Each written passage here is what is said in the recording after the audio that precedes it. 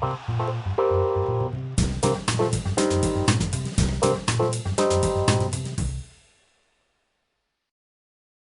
à tous, bienvenue sur le campus virtuel Adaforce. Nous sommes ensemble pour 1 heure. Aujourd'hui, nous allons aborder un thème qui fait faire des cauchemars, je crois, à beaucoup de parents et qui stresse de nombreux lycéens. Alors, je veux bien sûr parler de l'orientation scolaire. Il faudrait déjà que nos bambins sachent tous ce qu'ils veulent faire comme études, comme métier, sans compter Parcoursup qui provoque sans nul doute quelques crises de nerfs au sein des familles. Nous recevons beaucoup d'appels de parents qui sont désemparés, qui ont besoin de conseils et qui souhaitent que leur enfant puisse trouver leur voie, conforter un projet ou décrypter Parcoursup. Alors, après quelques recherches, nous avons eu la chance de rencontrer une experte du sujet qui va nous apporter ses conseils expérimentés et qui va nous décrire sa méthode de travail très appréciée, vous allez le voir, par les élèves et les parents. Nous aurons à ce sujet des témoignages de parents et d'élèves qui ont été accompagnés avec cette méthode et je peux vous dire que c'est assez bluffant. Accueillons sans plus attendre notre invité. Il s'agit de Bénédicte Cagna. Bénédicte, bonjour. Bonjour Corinne. Nous sommes ravis de vous accueillir sur le campus. Merci. Comment allez-vous? Écoutez, je vais très bien et je suis très contente d'avoir l'opportunité d'expliquer comment est-ce qu'on peut aider les jeunes à trouver leur voie et à être le moins possible stressés. Eh bien, on va voir ça ensemble. Alors, dans un premier temps, qui êtes-vous, Bénédicte? Pouvez-vous vous présenter? Oui, bien sûr. Alors, je m'appelle Bénédicte Cagna et depuis 15 ans à peu près, j'aide les jeunes à trouver leur voie. J'ai exercé dans des lycées, j'ai exercé dans des universités avec des groupes d'élèves ou en individuel. Je travaille avec les élèves de 3e suffisamment tôt pour qu'ils aient le temps de rencontrer les lycées dans lesquels ils vont candidater, c'est-à-dire, si possible, au plus tard en février ou mars. Avec les élèves de seconde également, avant qu'on leur demande de faire le choix de filière ou de spécialité. Avec les élèves de première, sur toute l'année, sachant que les journées portes ouvertes des écoles ont lieu entre le mois de novembre et le mois de mars. Enfin, je travaille bien sûr avec les terminales quand ils n'ont pas pu s'occuper de leur orientation en première. Mais une chose est sûre, il est préférable de faire ce travail d'orientation en première plutôt qu'en terminale lorsque cela est possible. Lorsque cela laisse le temps aux jeunes de mûrir sa réflexion, de prendre du recul avant de faire son choix. Voilà. Très bien. Merci pour cette présentation. Alors, juste avant d'évoquer la première question, je rappelle à nos auditeurs que vous avez le chat pour poser toutes vos questions ou nous faire part aussi de votre expérience et de ce que vous vivez en ce moment avec vos ados. Alors, première question, Bénédicte, qui m'intéresse moi beaucoup, c'est pouvez-vous nous dire si ce sujet de l'orientation a toujours été si problématique ou si c'est un phénomène plus récent? Et qu'est-ce qui fait finalement que c'est aussi compliqué? Alors, je pense que ça devient de plus en plus compliqué parce qu'il y a de plus en plus de formations, ce qui peut paraître très bien en soi, mais grand nombre d'universités et d'écoles post-bac créent de nouvelles formations. Et je pense que c'est une des raisons pour lesquelles on est perdu un petit peu quand on ne connaît pas parfaitement toutes ces formations. Donc, on a beaucoup de choix, mais peu de visibilité finalement. Voilà, exactement. Il y a de plus en plus de passerelles, on en parlera tout à l'heure, mais ce qui est très bien, c'est-à-dire qu'on peut commencer par une formation en bac+2 et pouvoir continuer jusqu'en bac+5 ou plus loin. Mais tout ça, c'est donc des formations en plus. C'est vraiment, pour moi, un peu une jungle dans laquelle il faut se repérer. Et c'est vrai que c'est difficile. Je le conçois tout à fait. Donc, on comprend le désarroi des parents. Absolument. Parce que si vous-même déjà, effectivement, vous trouvez que c'est une jungle, alors Oui. on imagine le sentiment des parents. Et justement, sur le désarroi des parents, on a un témoignage tout à fait intéressant d'une maman qui s'appelle Emily, que je salue parce que je sais qu'elle est en train de nous écouter aujourd'hui. Elle va nous expliquer ce qui s'est passé lorsque sa fille, Angèle, 15 ans, lui a effectivement dit, eh bien voilà, maman, je ne veux plus rester dans la filière où je suis. mais en même temps, je ne sais pas vraiment ce que je vais faire. Donc, on l'écoute et puis on en reparle, bien sûr, tout de suite après. D'accord.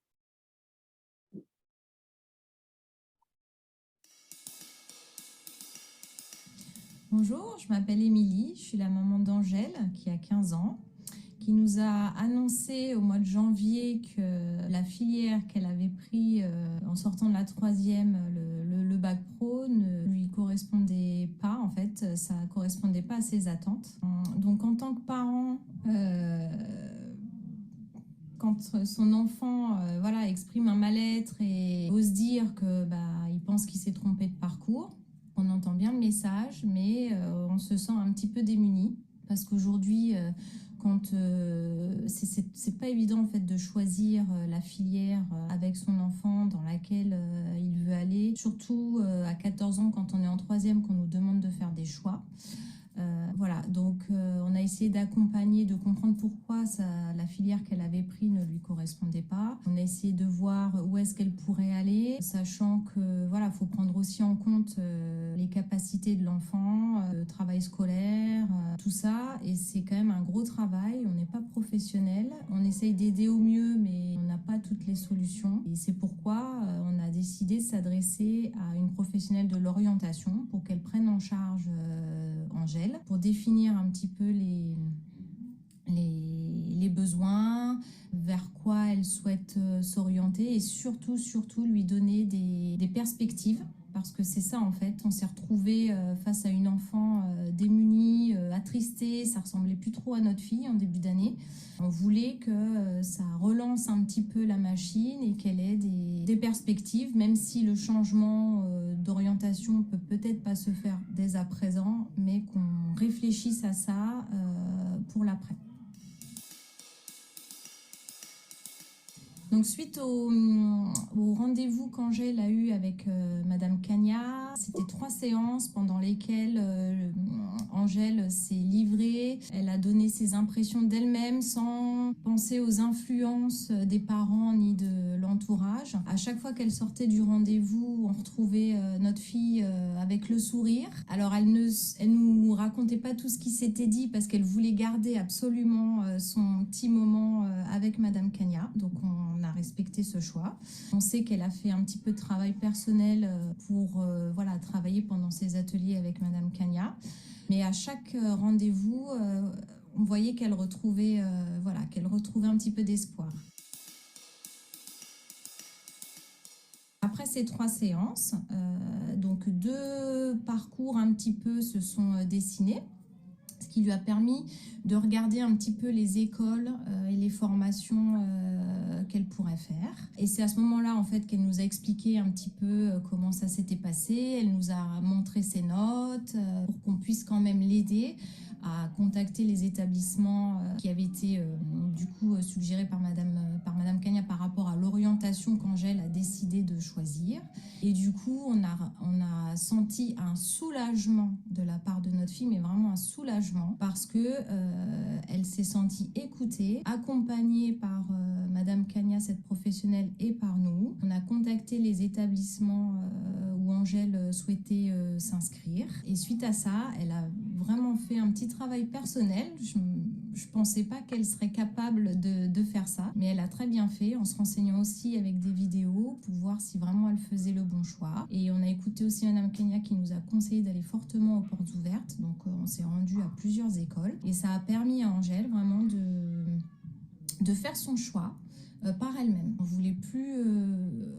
voilà, c'est sa responsabilité aussi pour son avenir. Et du coup, elle est très contente parce qu'à la rentrée prochaine, elle se réoriente dans une école où je pense elle va s'épanouir en tant qu'adolescente. Et aussi, elle va apprendre de nouvelles choses qui lui correspondront mieux que ce qu'elle a fait en première année de seconde où elle s'était trompée d'orientation. Voilà, vraiment un témoignage très intéressant, très, très complet de la part de cette maman. On va reprendre un petit peu les choses, si vous voulez bien, Bénédicte. On voit bien qu'en première partie, il y a effectivement un désarroi, un désemparement, hein, en se disant, mais bon, d'accord, Angèle ne veut plus être dans cette filière qu'elle avait choisie au départ, mais finalement, qu'est-ce qu'on fait? comment on fait? Parce que là, c'est là la première question. Oui, c'est ça. C'est-à-dire, lorsque j'ai vu arriver Angèle et qu'elle était malheureuse, c'est vrai qu'il faut d'abord les écouter. Il y a, de toute façon, dans le bilan d'orientation, il y a tout un travail d'écoute. Donc, l'écouter, la comprendre. Voilà, il suffit pas d'agir. Il y a, dans mon travail, je trouve beaucoup d'écoute du jeune, hein, d'arriver à le faire parler pour qu'il explique lui-même tout ce qui ne va pas et le rassurer en disant que c'est tout à fait normal et que le travail va nous permettre de comprendre quel est son vrai chemin. Oui, parce qu'il peut y avoir une perte de confiance en soi.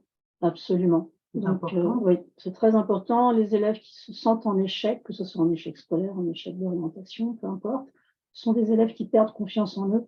Donc, dans mon travail, je fais très attention à ça, c'est-à-dire à chaque fois les mettre en confiance, leur faire comprendre que ce qu'ils vivent, c'est normal, et que ça ne va pas durer de toutes les manières, et qu'on va aller à la recherche des moyens pour l'aider.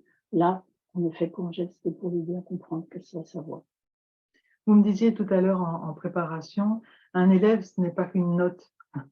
Oui, c'est vrai que je vois beaucoup, heureusement pas une majorité, mais quand même beaucoup d'élèves qui sont en échec scolaire. Et il faut bien comprendre que, bien sûr, il y a des formations sélectives pour des élèves de très bon niveau, mais on peut très bien avoir de moins bonnes notes, hein, être vraiment au niveau de la moyenne, ric-rac, ou même un petit peu en dessous, mais surtout se dire que on peut commencer la formation post-bac par des formations qui ne vont pas être trop sélectives, et petit à petit, parce qu'on a l'ambition d'y arriver, parce qu'on a repris confiance en soi, peu à peu, arriver à, après un bac plus 2, arriver à un bac plus 3, etc., jusqu'à un bac plus 5, ou s'arrêter parce qu'on a envie de rentrer sur le marché du travail. Et donc, ce n'est pas parce qu'on est un mauvais élève qu'on n'arrivera pas à faire quelque chose d'intéressant. Je crois que ça, c'est vraiment un message important, hein, redonner de la perspective à ceux qui se sentent en échec. Et on verra tout à l'heure, quand on va reparler de votre méthode, qui est justement une méthode très positive et bienveillante et qui permet justement de redonner de la confiance à ces jeunes qui n'en ont plus à un moment donné parce qu'effectivement, ils se sentent en échec. Oui, c'est primordial. Tout à fait. Alors, je vous propose de compléter le témoignage d'Émilie par le témoignage d'une autre maman, Lydia. Lydia qui est en direct avec nous. Je pense qu'on peut, voilà, on va l'afficher et on va la voir dans quelques instants. Voilà. Voilà. Bonjour Lydia. Bonjour, bonjour à tous. Bon, Lydia, vous êtes la maman de Charlotte et Violette. On en reparlera aussi tout à l'heure puisqu'on va avoir leur témoignage. Alors, Lydia, moi, ce qui m'intéresse là pour tout de suite, c'est de savoir pourquoi vous avez consulté Madame Cagna. Quelles étaient vos attentes à vous? Qu'est-ce qui s'est passé? Eh bien, effectivement, j'ai la particularité et la grande chance d'avoir deux filles jumelles. Et donc, finalement, j'avais été assez rapidement confrontée à la difficulté de leur orientation. Ça commence par la troisième, où on commence effectivement à vous demander quel est le métier que vous voulez faire pour pouvoir effectivement faire un stage découverte d'une semaine. Et finalement, les choses s'accélèrent en seconde, comme Madame Cagna l'a dit, avec le choix des spécialités. Et puis arrive la première, où véritablement, il faut un peu se projeter. Les jeunes, ils ont vraiment besoin de se projeter. Il y a une énorme pression de la part aussi de tout le corps enseignant. Malgré eux, je pense que c'est la vie qui fait ça, hein, leur métier aussi. Et nous, en tant que parents, on se retrouve finalement dans la difficulté qu'on ne sait pas comment orienter ces enfants. On n'est pas du tout en mesure de les accompagner dans leur réflexion, pas forcément non plus très à l'aise pour les guider dans leur orientation. D'abord parce que ça fait très longtemps qu'on a quitté le banc de l'école, hein. On n'est plus du tout dans la tendance des nouvelles écoles, des nouvelles formations, de ce qui marche, de ce qui ne marche pas. La réputation des écoles, on sait aussi que c'est très, très important. Donc, finalement, on se retrouve un peu perdu au milieu de toute cette savane, comme on peut le dire aujourd'hui, de toutes ces nouvelles formations, de toutes ces écoles, avec des formations qui ont des intitulés extrêmement différents. Pourtant, ils veulent dire la même chose, ou ils forment à la même chose. Au final, on a le même diplôme. Et puis, au-delà de l'ignorance, il y a aussi le fait qu'on a le sentiment vraiment que le système s'est beaucoup complexifié, avec très peu de visibilité sur les parcours. C'est une énorme nébuleuse et pourtant, il faut bien traverser cette nébuleuse, il faut bien rentrer dedans, il faut en sortir le plus vivant possible. Et en tous les cas, avec vraiment des perspectives pour nos enfants, un chemin à suivre qui leur corresponde le plus. Voilà. Donc, et c'est ce que Madame Cagna a permis à nos 2 filles de réaliser. On a entendu dans le premier témoignage aussi le fait que, bien sûr, les parents, et c'est normal, essayent aussi de projeter peut-être des projets auprès de leurs enfants qui ne correspondent pas forcément, hein. Je crois que, alors je ne sais pas si c'est votre cas, Lydia, mais Bénédicte, vous devez certainement voir ça assez souvent, hein. Oui, bien sûr, parce que c'est jamais évident. Je suis moi-même parent et c'est vrai qu'on ne connaît pas les formations. On connaît certaines formations, en tout cas, et celles qu'on connaît nous rassurent. Et donc, ben, c'est plus facile de proposer à ses enfants des domaines qu'on connaît, parce que c'est vrai, j'insiste sur le fait que c'est quand même, si c'est stressant pour les enfants, ça l'est aussi pour les parents qui veulent le mieux pour leurs enfants. Mais ce n'est pas la bonne route. Voilà, c'est pas obligatoirement la bonne route. Oui. Alors, On a des médecins qui ont eu des enfants médecins, et voilà, mais ce n'est pas la généralité. Ça, c'était véritablement pour répondre à la question que Madame Déal, vous me posiez, quelles étaient nos attentes. En tant que parents, nos attentes, pour le coup, c'était que nos enfants suivent le chemin qui leur convienne le plus, que ça corresponde à leur aspiration, qu'elles soient heureuses dans ce qu'elles vont faire, que ce soit court, long, peu importe, mais pourvu qu'effectivement le matin, quand elles se lèvent, elles aient envie de se lever et d'aller faire ce qu'elles ont finalement à faire. Et ça, c'était finalement le cahier des charges que l'on s'était permis de donner à Madame Cagna. C'était, voilà, nous, on n'existe pas dans cette savane-là. Il faut que nos filles, vraiment, puissent identifier ce qui correspond à leurs aspirations premières. Le reste, et voilà, c'était leurs envies pour leur bonheur. Voilà. Et c'est ce que Madame Cagna, effectivement, a parfaitement respecté aussi parce que c'est sa philosophie. Voilà. Tout à fait, tout à fait. Donc, merci Lydia, on va vous retrouver tout à l'heure. Bénédicte, vous partez du principe, et ça c'est vraiment extrêmement intéressant, qu'il faut bien se connaître pour mieux s'orienter. Alors, qu'est-ce que vous entendez par là? En fait, c'est la plus grosse partie de mon travail, en effet, c'est d'aider les jeunes à bien se connaître pour pouvoir faire les bons choix.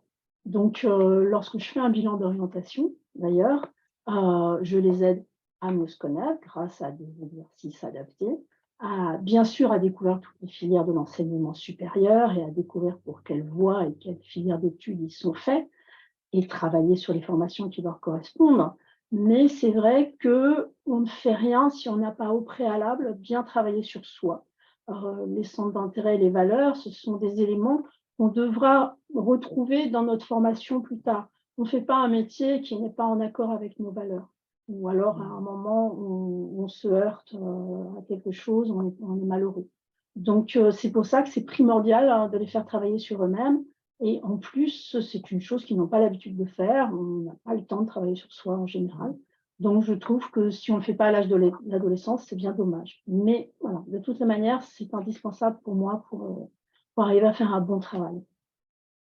Alors, je propose, avant qu'on rentre de manière plus approfondie sur le sujet, sur votre méthode, on va écouter le témoignage de Charlotte, qui a 18 ans, et qui est donc la fille de Lydia et qui vous a rencontré. Et elle parle justement de cette introspection. C'est très intéressant. On écoute Charlotte.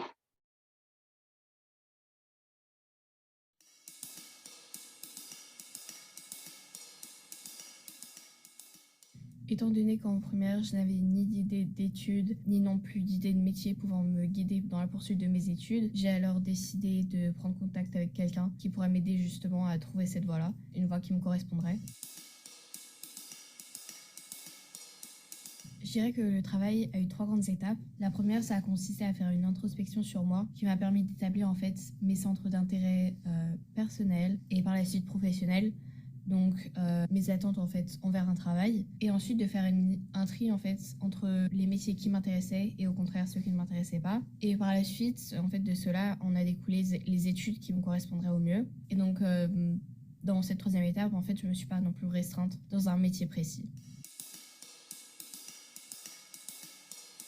Il y a eu de nombreux bénéfices à cette rencontre, mais grâce à la bienveillance de Madame Kania, j'ai surtout été rassurée sur le fait que je n'avais toujours pas d'idée de métier, ce qui m'a mis en condition en fait de m'introspecter et donc de trouver dans un environnement bienveillant des études qui me correspondaient. Et bien que je n'étudie actuellement pas en France mais au Canada, les études pour lesquelles j'ai postulé en France à travers Parcoursup restent les mêmes que celles que j'étudie actuellement et elles me correspondent pleinement. Et cette introspection personnelle, elle m'a surtout permis à croire en moi davantage et à suivre mes intuitions. Cette rencontre m'a permis d'aborder avec sérénité cette étape Parcoursup qui me paraissait très stressante et donc de réduire le stress grâce à l'aide qui m'a été accordée tout au long de cette étape. Et ça m'a aidé surtout dans la partie en fait de rédaction des lettres de motivation puisque j'ai pu bénéficier des conseils de Madame Kania et donc comprendre un peu mieux ce processus et savoir quoi écrire dans ces lettres. Donc par exemple expliquer les particularités des différentes écoles et universités et les lier avec mes centres d'intérêt. Voilà, Charlotte. Alors, on comprend beaucoup de choses. D'abord, la bienveillance. Je crois que ça ressort effectivement des témoignages que l'on entend par rapport à votre approche. Et c'est ce qui les aide aussi, je pense, à se confier à vous, c'est évident. Et il y a une notion qui est très intéressante que soulève Charlotte. Euh, Aujourd'hui, elle n'a pas encore d'idée de métier. Voilà. Oui. Elle fait une formation qui lui convient visiblement parfaitement, mais elle n'a pas d'idée de métier. Et très souvent, on pose la question à ces jeunes, qu'est-ce que vous voulez faire comme métier? Donc finalement, ce n'est pas la seule approche. C'est même impossible quand on est en première ou terminale de savoir, enfin, en tout cas c'est extrêmement rare de savoir vers quel métier on veut aller. Il est important de savoir vers quelle direction on va se diriger, quelles sont les études qui me correspondent et ouvrir le maximum de portes en post-bac, aller vers des formations qui vont nous ouvrir le plus possible de filières. Mais les métiers, ils s'en créent tous les jours et un élève qui est en terminale et qui souhaite aller vers un bac plus 4 ou bac plus 5 va se diriger vers un métier qui n'existait même pas au moment où il a fait son bilan d'orientation, parce qu'on sait qu'il y a des métiers qui se créent tous les jours. Donc, l'idée n'est pas de préparer à un métier, mais bien de réfléchir à son orientation pour savoir vers quelle filière d'études je vais me diriger pour que je sois heureux. Et petit à petit, que ce soit une formation en 2 ans, en 3 ans pour commencer, on va petit à petit leur proposer d'affiner leur choix. Et c'est là, à ce moment-là, au bout de 3 ans d'études supérieures, qu'on va commencer à comprendre vers quoi on veut se diriger. Et on aura le premier bagage, bac plus 1, plus 2, plus 3, qui nous ouvre toutes les opportunités. Le choix du métier, il vient vraiment vers les 2 dernières années ou la dernière année de sa formation. Ça, je crois que c'est un message important que l'on passe finalement à tous les parents, parce que c'est vrai qu'on s'accroche finalement à l'idée d'un métier et on n'a pas forcément le réflexe de partir sur plutôt une formation, voire une formation généraliste qui peut nous donner des idées de métier effectivement ensuite après. On a plutôt, en fait, on fait les choses à l'inverse, quoi. Voilà, alors il y a certains élèves qui ont des idées d'un métier Oui. et qui ne savent pas comment y arriver. Et c'est là où c'est intéressant de connaître toutes les passerelles, tous les moyens d'arriver à ce métier. Pour des élèves qui se disent, moi je veux faire de la vente, moi je veux être médecin ou que sais-je. Donc bien sûr, il y a certains élèves qui ont déjà une idée de métier, mais c'est très rare. Donc Oui, il ne faut c'est ça. surtout pas s'inquiéter si on ne sait pas ce qu'on veut faire plus tard. Oui, voilà. Je crois qu'il faut C'est le normal. dire aussi aux parents. Vous êtes nombreux dans ce cas à vivre la même chose et c'est normal qu'à 14, 15 ans, 16 ans, 17 ans, on ne sache pas forcément le métier que l'on veut faire plus tard. Parce que c'est Absolument. très, très compliqué.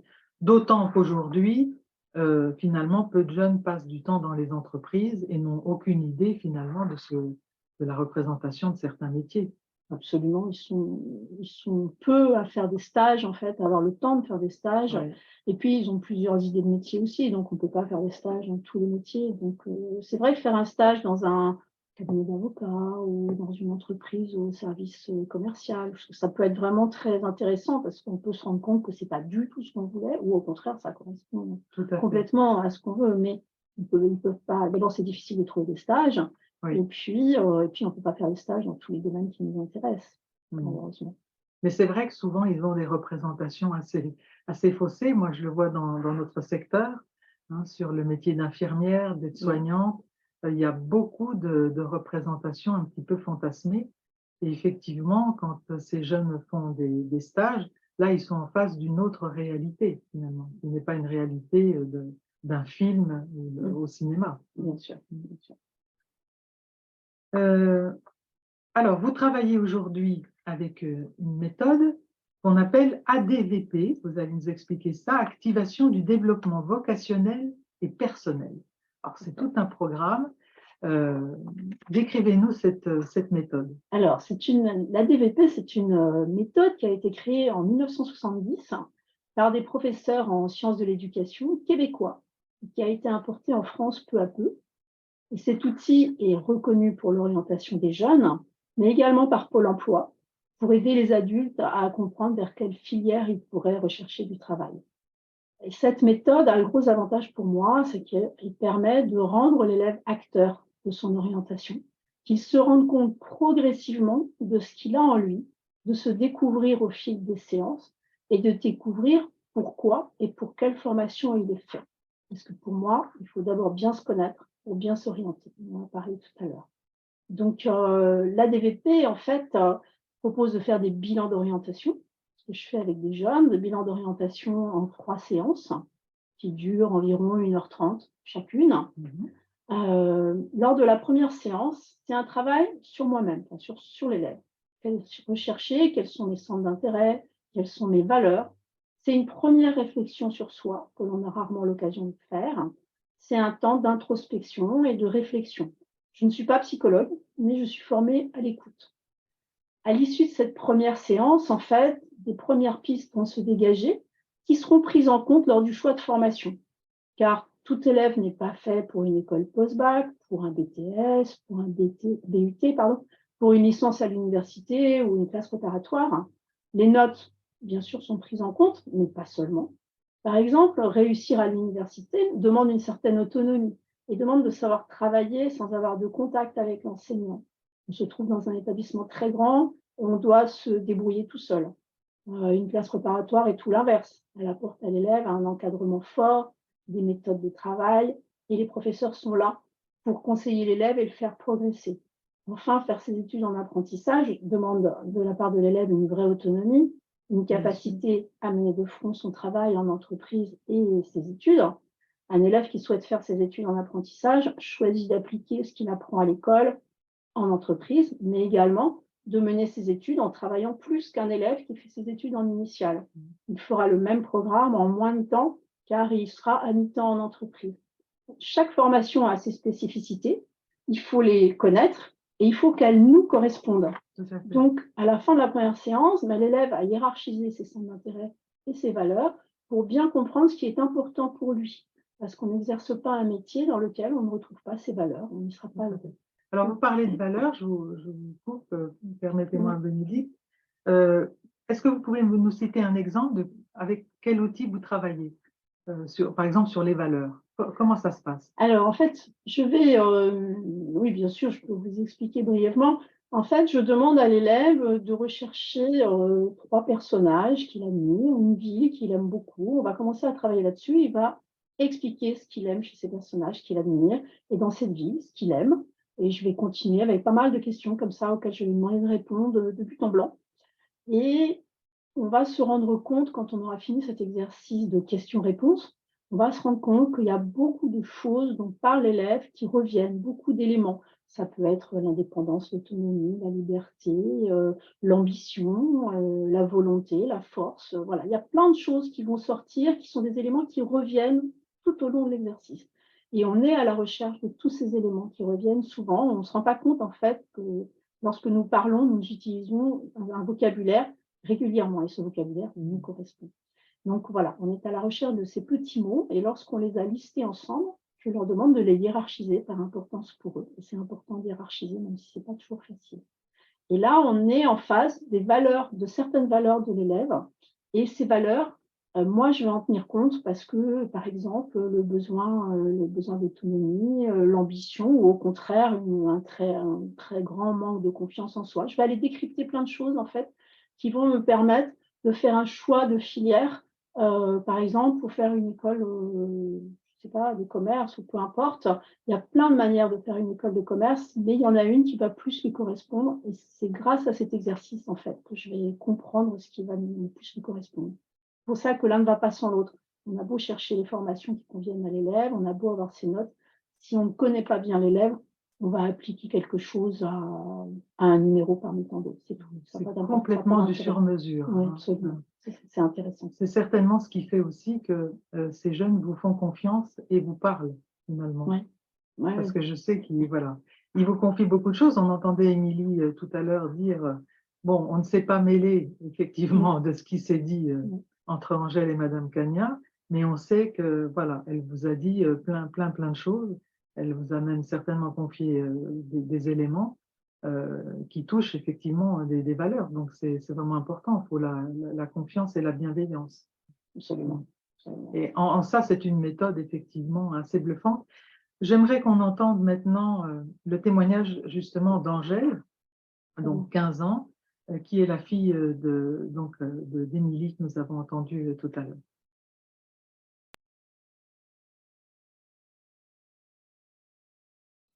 Bonjour, je m'appelle Angèle, j'ai actuellement 15 ans et je suis en bac pro esthétique en première année. J'ai décidé de rencontrer Madame Cagna parce que l'école où je suis aujourd'hui ne me correspond pas.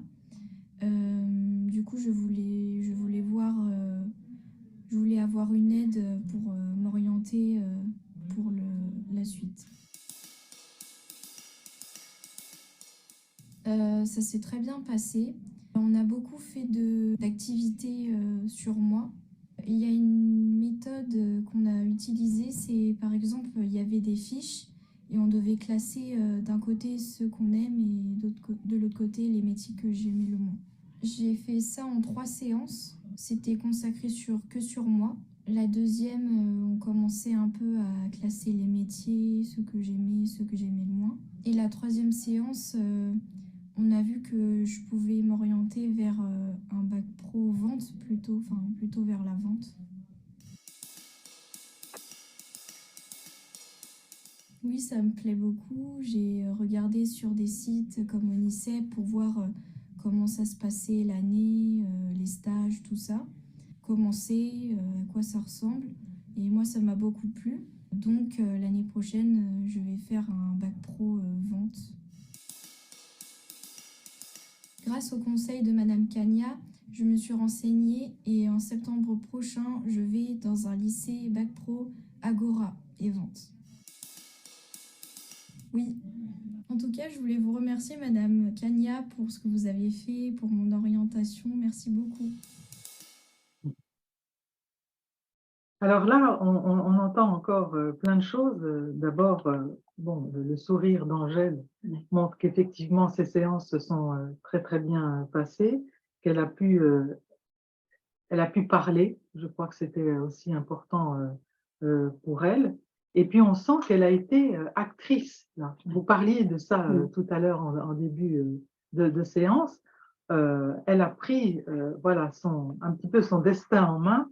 Quand elle dit, bon voilà, je suis allée aux portes ouvertes, je me suis renseignée, je suis allée voir sur l'ONICEP, ça y est, on sent qu'il y a une démarche qui se met en route. Oui, c'est ça. Elle est devenue autonome. Elle a compris qu'en fait, elle a compris que c'était la vente dans laquelle il fallait qu'elle se dirige. Alors après, je ne sais pas du tout ce qu'elle vendra, dans quel domaine, et ce n'est pas le but du tout. Mais ce qui est important, c'est qu'elle ait compris dans quelle voie il faut qu'elle parte pour être heureuse. Et puis, je ne sais pas combien d'années d'études elle fera ensuite, mais en tout cas, elle est sur la bonne voie. Donc ça, Oui, en fait. on voit d'ailleurs à travers son sourire, effectivement, que ça a bien fonctionné. Alors, si on reprend le cours de votre méthode, donc on a bien compris cette première phase qui est extrêmement importante, hein, qui est le socle finalement hein, de votre Absolument. travail. Hein, voilà. Et sur lequel, pardon, on n'a pas l'habitude de travailler. On part plutôt sur, sur les métiers, la connaissance des métiers, etc. Effectivement, on ne pense pas à travailler cette première phase sur la personne en elle-même. Je trouve ça extrêmement intéressant. En tout cas, ça fonctionne et c'est un vrai socle pour la suite. Alors, deuxième phase, qu'est-ce qui se Alors, passe? donc à la deuxième séance, nous nous retrouvons, en général, nous nous retrouvons toutes les semaines. Oui, Donc à la deuxième séance vient le moment de la recherche des centres d'intérêt professionnel. Ce sont eux, en fait, qui vont nous expliquer ce que l'élève veut avoir dans ses études et plus tard dans son métier. Par exemple, vont sortir, je prends quelques exemples, aider, ingénieur, transmettre, soigner. Voilà, ce sont des mots. En fait, les élèves vont travailler sur des étiquettes métiers, comme vous l'avez vu tout à l'heure, et ils vont réussir peu à peu à garder les métiers dans lesquels ils trouvent qu'il y a quelque chose d'intéressant. Ce n'est pas pour ça qu'ils exerceraient ce métier, mais ils trouvent qu'il y a quelque chose d'intéressant. Et ils vont donc peu à peu faire un tri entre les métiers pour lesquels il y a quelque chose d'intéressant et les métiers dans lesquels il n'y a rien qui m'intéresse. Donc, on va garder, bien évidemment, on va travailler sur ceux pour lesquels il y a quelque chose d'intéressant. Et peu à peu, ils vont réussir à les regrouper par rapport à ce qu'ils aiment dans ces métiers. Et c'est là où on va avoir peut-être, ben là, j'ai tous les métiers que j'aime parce qu'ils aident quelqu'un, tous les métiers que j'aime parce qu'ils permettent de transmettre une information, que sais-je. Donc, ils vont réussir à nommer puis hiérarchiser ces éléments.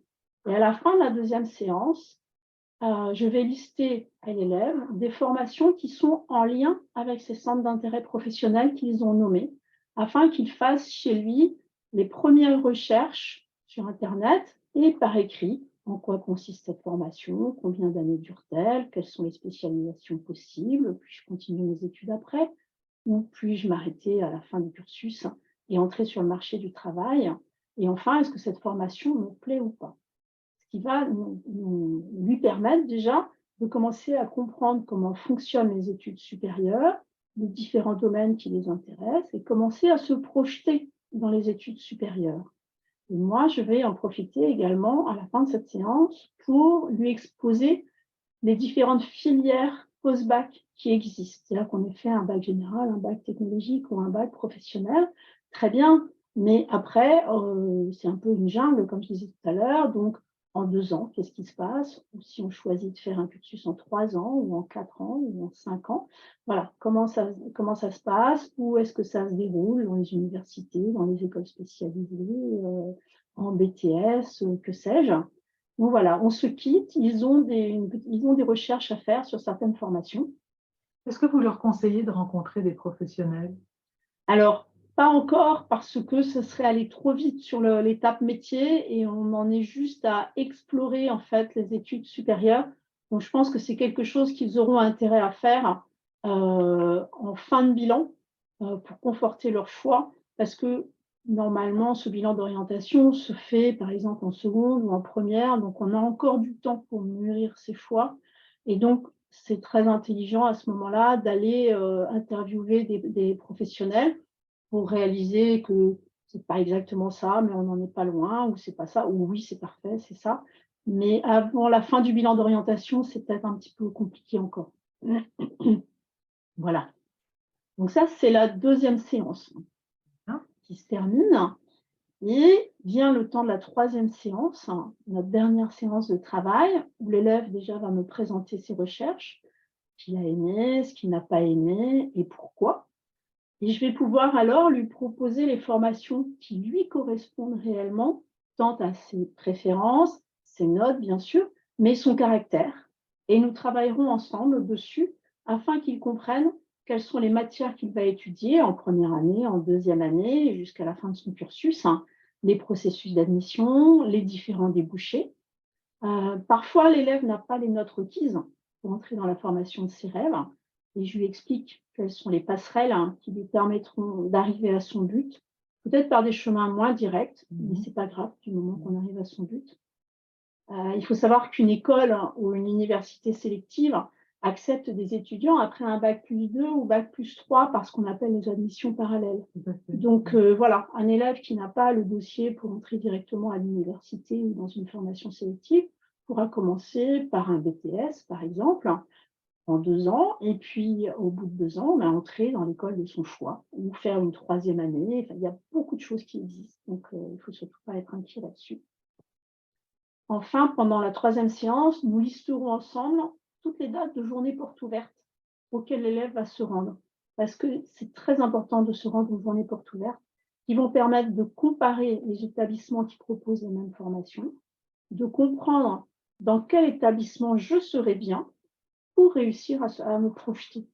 Lors des journées portes ouvertes, en fait, l'élève va récupérer de nombreuses informations qui vont lui permettre de faire des lettres de motivation, on appelle projet de formation motivé sur Parcoursup, des lettres de motivation intéressantes parce que nourries de toutes les informations qu'il aura glanées et qui prouveront au lecteur que cet élève est motivé et s'est bien renseigné sur la formation. Voilà. Voilà en quoi consistent les 3 séances de travail avec notre élève. Alors, on est surpris, en fait, moi, quand j'ai découvert votre méthode, je me suis dit 3 séances, finalement, ça semble très peu, mais en réalité, c'est très dense et globalement, ça suffit en général, ces 3 séances. Alors, ça suffit pour savoir vers quoi on part, vers Oui. quoi on va partir, voir, étudier beaucoup de formations. Mais j'explique toujours aux parents et à l'élève, imaginons qu'ils soient en première ou en seconde, que ce serait bien de se revoir l'année de terminale en fin de 1er trimestre, parce que l'élève a mûri. Il y a beaucoup de maturité, de maturation du projet qui se fait à partir du moment où on se quitte, parce qu'on a beaucoup travaillé et ça reste dans le cerveau de l'élève. Donc, il va beaucoup mûrir ses choix. Les notes vont évoluer aussi. Donc, c'est bien de se revoir avant Parcoursup pour vraiment lister toutes les formations auxquelles il va candidater, adapter par rapport à son niveau d'études, à ses notes, et voir aussi quelles sont les dates des journées portes ouvertes qu'il n'aura pas fait et qu'il va faire en terminale. Donc voilà, on finalise tout en fait l'année de terminale. Je leur parle beaucoup de Parcoursup pour que surtout Parcoursup ne soit plus un stress, parce qu'il n'y a pas de raison qu'il le soit. Si on a vraiment bien affiné les formations par rapport au caractère et aux notes de l'élève, il n'y a aucune raison que ça se passe mal. Oui, vous essayez de dédramatiser Parcoursup parce que ça, exactement. franchement, non, vraiment, c'est la bête noire. Oui, c'est dommage, Ouais. parce que c'est une plateforme qui, contrairement à ce qu'on peut dire, qu'on peut entendre, qui est très bien faite, très bien conçue. C'est vrai que c'est compliqué parce qu'il faut respecter les dates, il faut faire des lettres de motivation. Et ça, c'est un gros travail. Mais c'est un outil qui est très bien fait, qui a un moment d'introspection d'élèves, justement, et le travail qu'on fait leur permet de répondre à ce travail d'introspection sur Parcoursup. Lister les formations, savoir lister les bonnes formations pour être sûr d'être accepté dans le maximum de formations. Voilà, c'est mon travail. Vous accompagnez important. aussi. Oui, voilà, je voilà. peux les accompagner jusqu'à la fin de Parcoursup s'ils le souhaitent, bien sûr. Oui, parce que ça, là aussi, je peux vous dire qu'on a beaucoup de réactions sur Parcoursup, qui est devenu quand même un petit peu la bête noire, parce qu'on ne sait pas forcément comment s'y prendre. Bien sûr. Et très vite, ça devient effectivement difficile, très technique, difficile, et ça génère évidemment du stress. Oui, c'est tout à fait logique. Oui, alors, j'aimerais qu'on retrouve Lydia, s'il vous plaît. Voilà, on la revoit à l'image, très bien. Lydia, est-ce que vous pouvez nous parler aussi, parce qu'on a parlé pas mal de cas d'orientation, de jeunes qui ne savaient pas forcément ce qu'ils voulaient faire, mais vous avez donc dans vos 2 jumelles, une qui cherchait un peu sa voie et l'autre, Violette, qui elle est venue conforter son projet, si j'ai bien compris. Oui, oui, absolument. En fait, quand il est question de se rapprocher effectivement d'un professionnel de l'orientation pour nos 2 filles, les situations ont pour autant été extrêmement différentes. Charlotte qui ne savait pas du tout ce qu'elle voulait faire, et au contraire, Violette qui, elle, avait une orientation déjà bien ancrée, qui était l'architecture. Et pareil, hein, nous, on ne savait pas du tout quelles écoles, quel parcours, quelle formation, enfin bref, entre les écoles publiques, les écoles privées. Et surtout, ce que l'on ne savait pas, c'est quelles étaient un peu je ne sais plus comment vous avez appelé ça, Madame Cagna, les passerelles, comme des espèces de passerelles, effectivement. Et donc, d'une part, avec Madame Cagna, il était question effectivement que Violette travaille pour s'assurer que l'architecture, ça lui correspondait bien, qu'elle avait bien un dossier pour ça, parce que là aussi, on peut avoir des ambitions et pas les notes pour. Donc, en tous les cas, voir quelles options s'ouvrent à elle par rapport à ces notes-là. Et puis, s'assurer qu'effectivement, ce n'était pas une simple intuition qu'elle avait d'aller vers un métier créatif, mais plutôt qu'effectivement, ça correspondait réellement et qu'elle allait être heureuse dans cette formation-là. Et aussi qu'elle allait pouvoir s'engager, parce que des écoles comme ça demandent beaucoup de travail, et qu'elle allait prendre vraiment conscience de l'impact de cette formation. Donc ça a été ce premier travail. Et effectivement, ça a permis à Violette de conforter son choix. C'était bien la bonne orientation. Elle était ça lui correspondait bien. Tout le travail qui a été fait au cours de ces 3 rendez-vous, effectivement, a permis à Violette de dire c'est réellement ça que je veux faire. Et je dirais le 3e rendez-vous a permis d'identifier les parcours possibles, soit la voie sélective, effectivement la voie directe, directement par une école d'architecture, ou au contraire, Madame Cagna lui a permis d'identifier les autres options, comment elle pouvait récupérer une école effectivement d'architecture en passant par un autre chemin qui n'était pas l'entrée directe en école d'architecture. Voilà, donc c'était super parce qu'elle sortait de ces rendez-vous avec effectivement un projet professionnel bien déterminé et puis d'autre part, toutes les options pour effectivement bien y parvenir. Donc, il n'y avait plus qu'à après.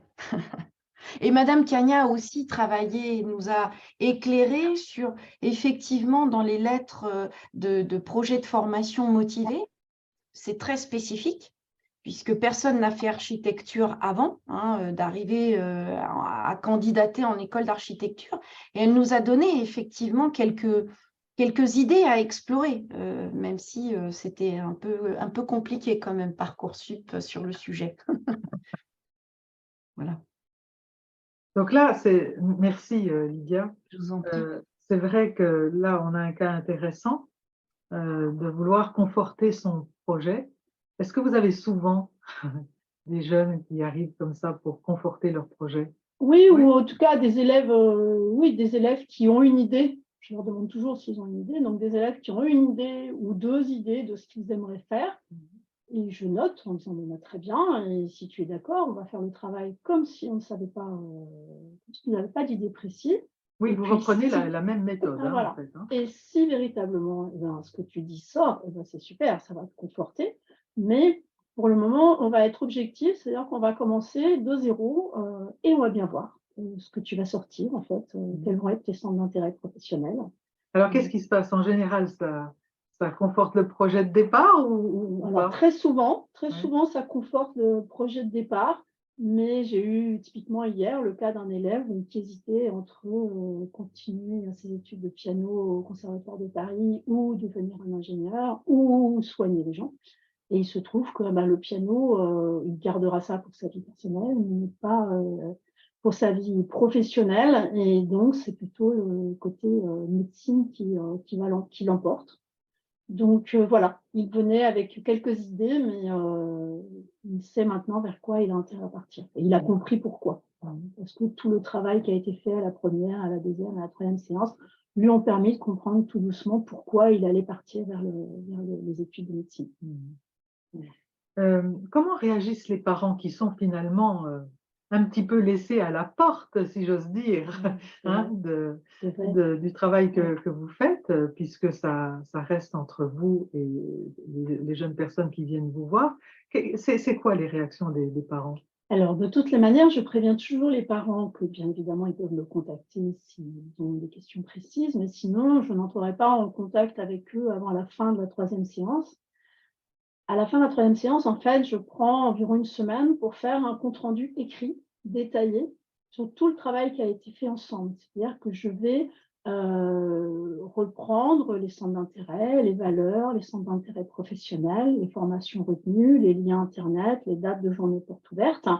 Donc, tout va être détaillé dans ce compte-rendu écrit pour que les parents déjà comprennent tout ce qu'on a fait.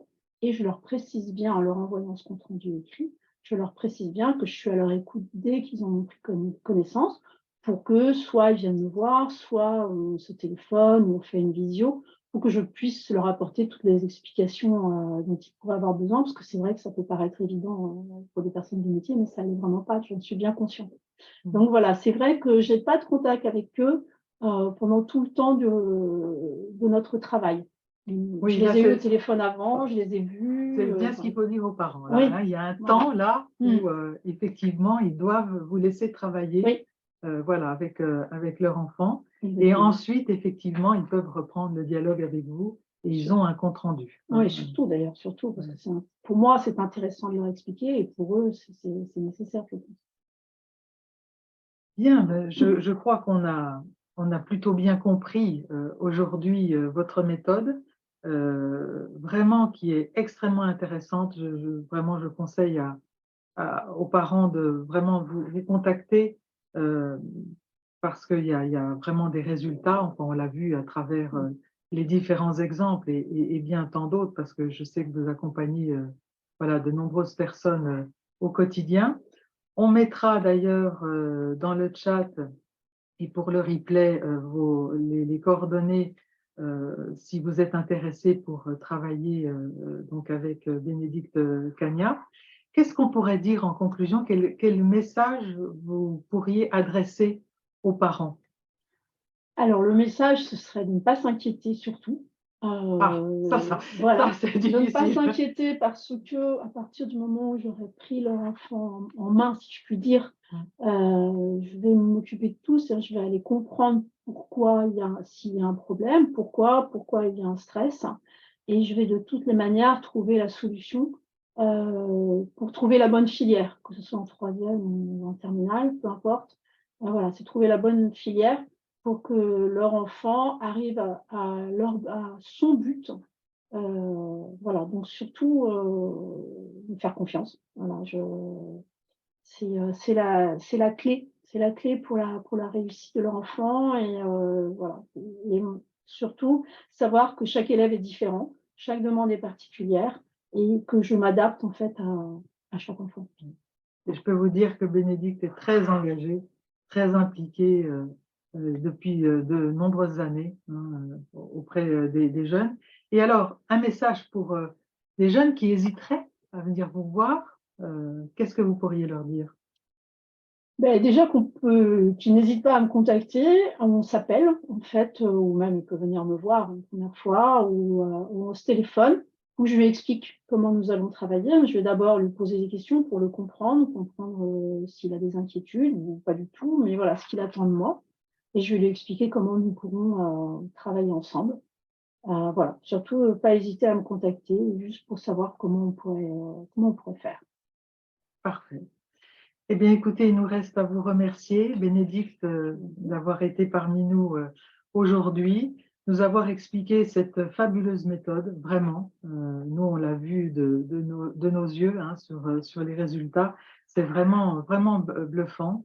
Donc, si vous êtes intéressé pour travailler avec Bénédicte, l'adresse est dans le chat actuellement, hein, les coordonnées. On transmettra bien sûr tout cela à Bénédicte. Et puis, on peut faire aussi du collectif, hein, je crois. Oui, Voilà. tout à fait. J'ai fait ça à plusieurs reprises dans des écoles, à l'université. C'est quelque chose qui marche bien, qui fonctionne bien, parce que les élèves qui vont être les plus en retrait, qui normalement n'osent pas prendre la parole, vont se rendre compte que tout le monde ose dire certaines choses, donc ils vont se lancer eux aussi, et c'est finalement assez moteur. Donc ça peut être assez enrichissant. J'ai fait ça avec des groupes de 11 élèves au lycée et plus nombreux à l'université.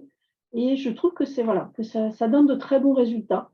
Donc, pourquoi pas? Voilà, après, je serai à l'écoute Voilà, en de fonction demander. voilà, Voilà, des besoins, c'est quelque chose qui marche bien des également. besoins exprimés. Ouais. Merci beaucoup, Bénédicte. Je vous dis à très bientôt parce qu'on a encore d'autres sujets. On en parlait tout à l'heure en préparation. On se reverra effectivement sur l'accompagnement de ces jeunes, mais peut-être sous un autre angle cette fois, à travers les modes d'apprentissage, Oui. les neurosciences, enfin voilà. Donc on se retrouvera d'ici quelques temps. Bonne journée, portez-vous bien et à très bientôt sur le campus. À très bientôt, merci beaucoup.